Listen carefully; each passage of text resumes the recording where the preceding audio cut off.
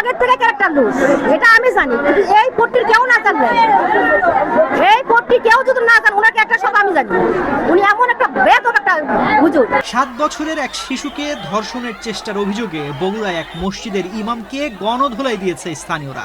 পরে খবর পেয়ে পুলিশ ঘটনাস্থল থেকে তাকে আটক করে থানায় নিয়ে যায়। 25 জুন বৃহস্পতিবার দুপুরে বগুড়া মহানগরের মালগ্রাম এলাকায় এ ঘটনা ঘটে।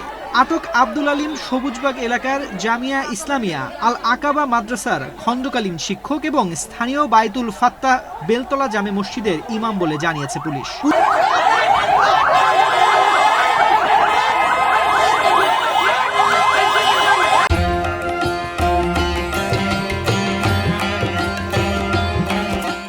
পুলিশ ও স্থানীয় সূত্রে জানা যায়, বৃহস্পতিবার দুপুরে মাদ্রাসার 3য় শ্রেণীতে পড়ুয়া 7 বছর বয়সী এক শিশুকে বাড়ি পৌঁছে দেওয়ার কথা বলে অভিযুক্ত আব্দুল আলিম তার সঙ্গে যান। এ সময় শিশুটিকে ধর্ষণের চেষ্টা করা হয়েছে বলে অভিযোগ ওঠে।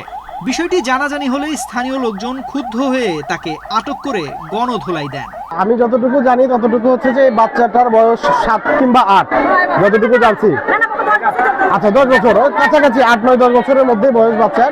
এই বাচ্চাটা এই হুজুরের সাথে হুন্ডাতে আসার সময় একটা অপ্রীতিকর ঘটনার শিকার হয়েছে। খবর পেয়ে বগুড়া সদর থানা পুলিশ ঘটনাস্থলে পৌঁছে পরিস্থিতি নিয়ন্ত্রণে আনে এবং আব্দুল আলিমকে উদ্ধার করে থানায় নিয়ে যায়। স্থানীয় এক নারী দাবি করেন, অভিযুক্ত আব্দুল আলিমের বিরুদ্ধে আগেও অনাকাঙ্ক্ষিত আচরণের অভিযোগ উঠেছিল।